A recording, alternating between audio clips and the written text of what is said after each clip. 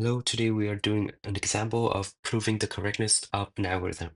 So here you have a function iRoot, and this asks you to return the integer square root of a number n. So what is integer square root? Integer square root is meaning that you take the integer part of a square root of a number.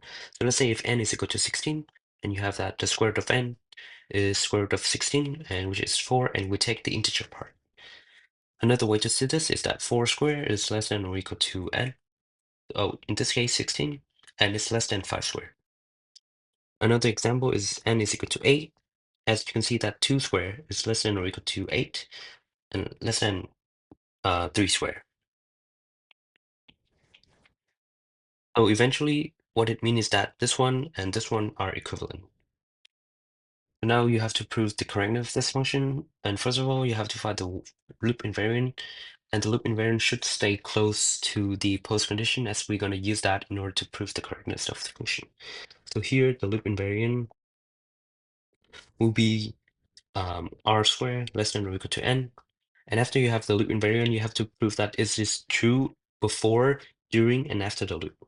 So before the loop, you know that r is equal to 0 and n is greater than or equal to 0 because it's a positive integer.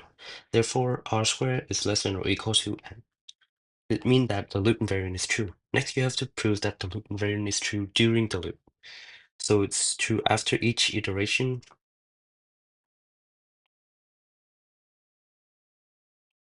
of the loop. And to do this, you will assume that it's true before the loop, at the start of the loop. So because the loop invariant is true at the start of the loop, therefore r squared is less than or equal to n.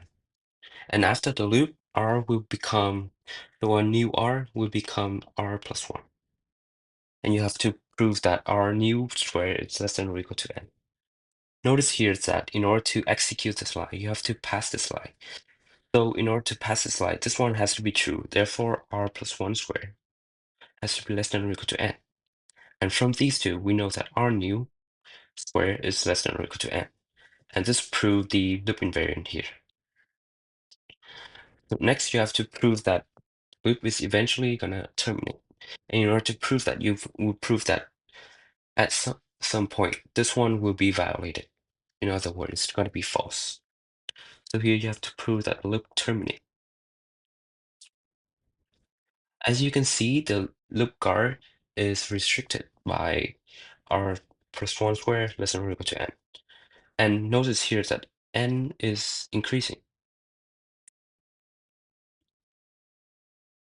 Sorry, r is increasing and n is fixed. Therefore, eventually r squared, sorry, r plus 1 squared will pass,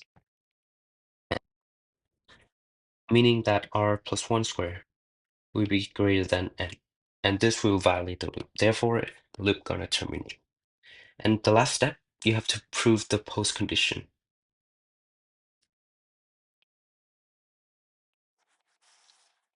In order to prove the post condition, there are two pieces of information that you should use.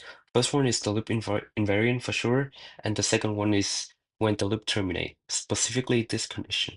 Because you know that in order to return this one, the program has to jump into this one, meaning that it has to pass the while loop, and which make the loop terminate.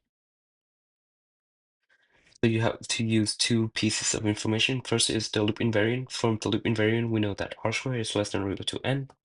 And in order to break the loop, you have to satisfy that condition, which means that n is less than r plus 1 squared. And this proves the post condition. As I mentioned before, this one and this one are equivalent.